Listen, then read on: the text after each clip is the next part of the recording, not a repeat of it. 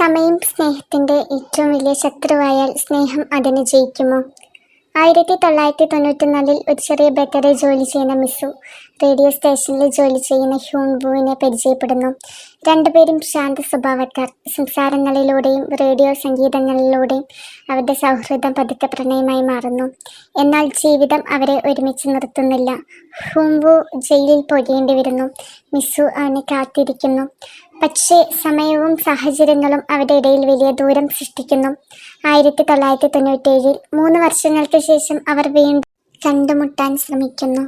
ജീവിതം മാറിയിരിക്കുന്നു, സ്വപ്നങ്ങളും ഭയങ്ങളും മാറിയിരിക്കുന്നു. എങ്കിലും ഹൃദയത്തിലെ സ്നേഹം ഇനിയും അവരെ ബന്ധിപ്പിക്കുന്നു. പക്ഷേ ചെറിയ സമയവ്യത്യാസങ്ങൾ, നഷ്ടപ്പെട്ട കത്തുകൾ, കേൾക്കാതെ പോയ റേഡിയോ സന്ദേശങ്ങൾ, ഇവയെല്ലാം വീണ്ടും അവരെ വേർതിരിക്കുന്നു.